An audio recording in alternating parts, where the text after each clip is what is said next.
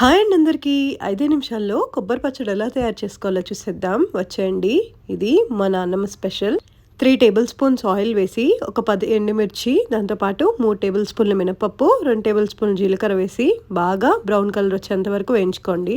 ఇలాగా ఒక చిన్న ఉసిరికాయ సైజ్ అంత చింతపండుని అయితే పక్కన నానపెట్టుకోవాలి. ఇలా బ్రౌన్గా టర్న్ అయ్యాక 1 ఫుల్ కొబ్బరిని అయితే ఇలా ముక్కలుగా కట్ చేసుకొని మిక్సీలో అయితే గ్రైండ్ చేసుకోవాలి.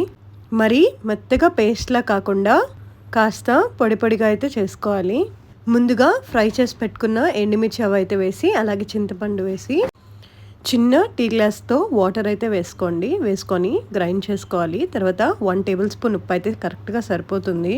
తర్వాత పచ్చడిలోకి పోపు 2 టేబుల్ స్పూన్ల ఆయిల్ వేసుకొని 1 టీ స్పూన్ ఆవాలు, 2 టీ స్పూన్ల శనగపప్పు వేసుకొని కొంచెం కరివేపాకు వేసుకొని ఫ్రై చేసుకొని పోపు వేసేసుకోవడమే.